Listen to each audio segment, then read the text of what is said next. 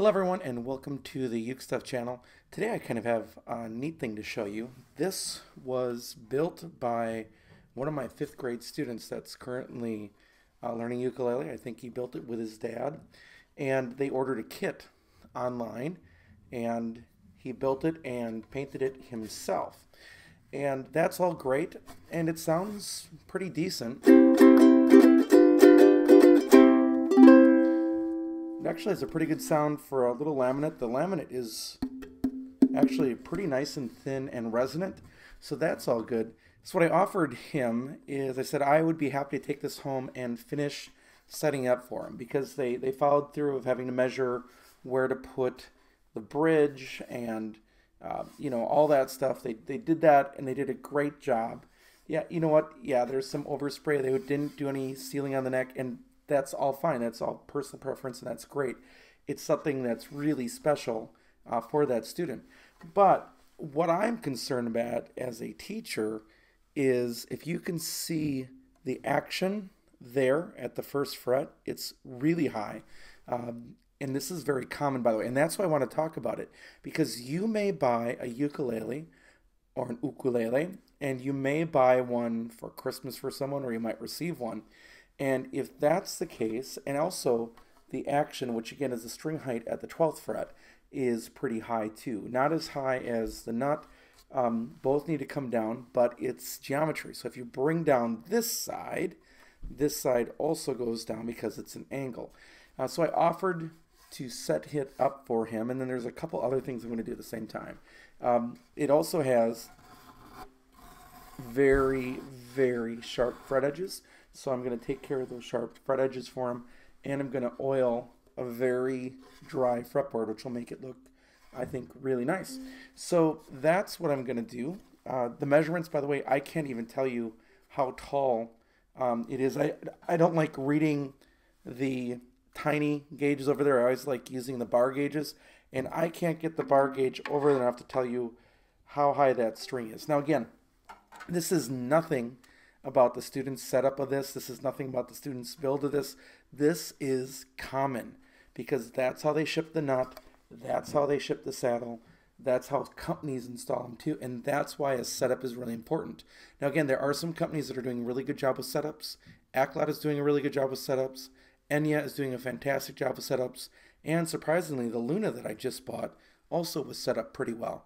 So again, the Luna needed some detail work, and if you want to, you can see the video about my Luna update that I just recently posted. So I'm going to go work on this ukulele, and then I'm going to come back and I'll show you. Now, one other thing that I want to mention is not only is it harder to press the strings, because again, those first position strings, you're having to press down so hard to get the string to touch the note, you're also pulling the string out of tune when you do that. So you're taking a string and then really yanking down and making it tighter, making it go sharp. So if I take a tuner to this and play all the way along, because of that nut setting, everything's going to be sharp, and everything I play, even if it's a tune at the nut, is going to be messed up down the fretboard.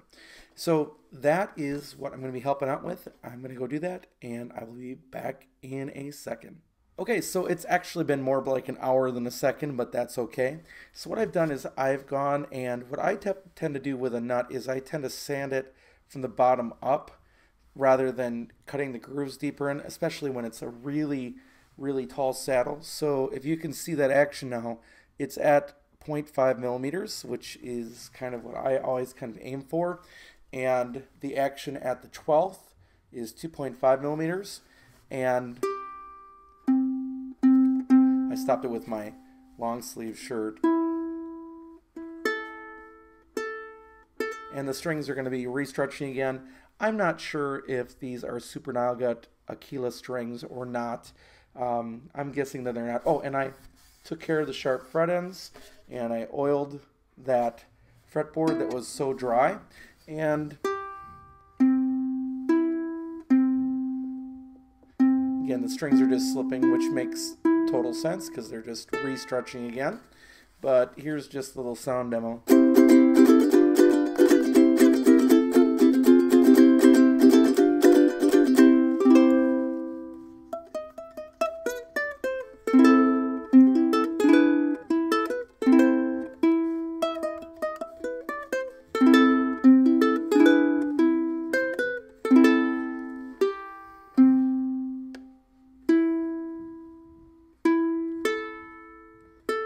That A string's really going out. There you go.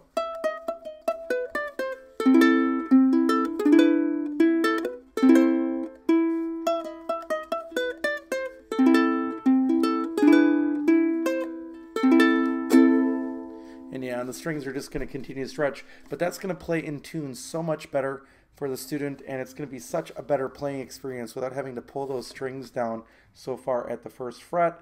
And of course, an oiled fretboard is always nice, and the lack of sharp fret edges is going to be a real improvement. That if you buy a ukulele kit or you just buy a ukulele off the shelf, this could be an issue with your ukulele or your ukulele, regardless of where you buy it.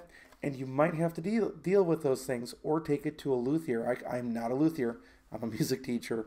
But I dabble with setting up ukuleles, but I would not go into the repair world of ukuleles. But you might have to take your instrument into a luthier to get it set up so that it will play in tune and so it'll play and feel good and be easier to play rather than just taking one off the shelf. And again, all kudos to my student and their parent.